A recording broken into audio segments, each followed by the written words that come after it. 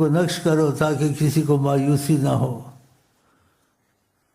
ایک عالم کو اولیاء اللہ کہتے خدا نے جہنم میں ڈالا، وہ ان کی رحمت کی بات کم بتاتا تھا، جسے گناہ کی یہ ہو جائے گا، وہ ہو جائے گا، یہ ہو جائے گا، تو حدیث میں آتا خدا نے جہنم میں ڈال دیا، پھر تجھ کو بھی ہو جائے گا، اس کو جہنم میں ڈال دیا۔ لوگ مایوس ہوتے ہیں تب کیا فائدہ تھا نہیں ہے۔ اور ایک عالم کو حدیث شریف کی مفہوم میں جنت میں ڈال دیا، گناہ ہوتا توبہ کر لو، 2 آنسو بہا لو، کچھ نہیں ہوتا ہے، سب ٹھیک ہے، چلو چلو، اس کو خدا جنت میں ڈالا۔ ایک شرک خدا نہیں بخشتا، وہ نہ کرے،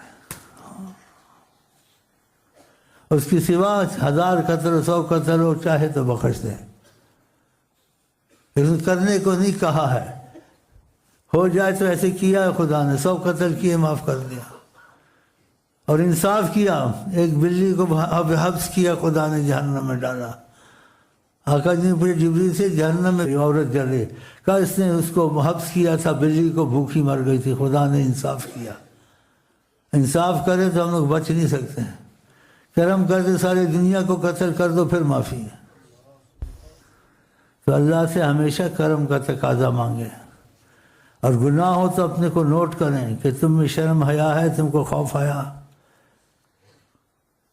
تم کو پہاڑ لگا، جیسے آقا نے کہا مومن سے گناہ، آقا جی نے کہا مومن سے گناہ ہو، ایسے اس کو ہوتا ہے جو پہاڑ کے نیچے دب گیا۔ جو نیکی کرے گناہ کے بعد اس کا گناہ معاف ہے۔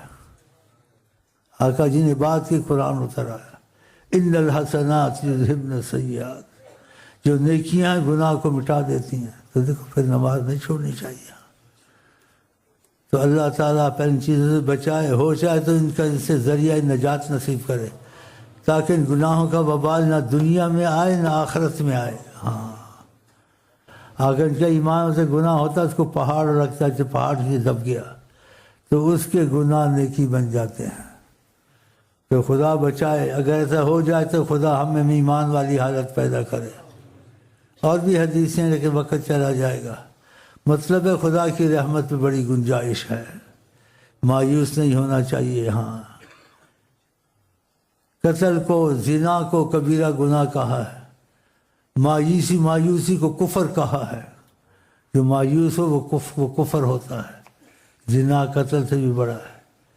تو اس لیے تمہارے دوست ہیں، آپس چلتے پھرتے ہو، جیسا بھی آدمی ہو پکڑ کے اس کو لے آؤ یہاں، اس کو یہ حدیثیں سناؤ، کیونکہ بعض لوگ ہمت ٹوٹ جاتی ہے، ڈارس ٹوٹ جاتی ہے، کہتے میں نے قتل کیے، شراب پیے، پھر میں سے چھوٹتے بھی نہیں ہے یہ، تو مجھے کہ عبادت تو فائدہ نہیں دے گی، نماز سے کیا ہوگا، پھر سارا کچھ چھوڑ دیتا ہے۔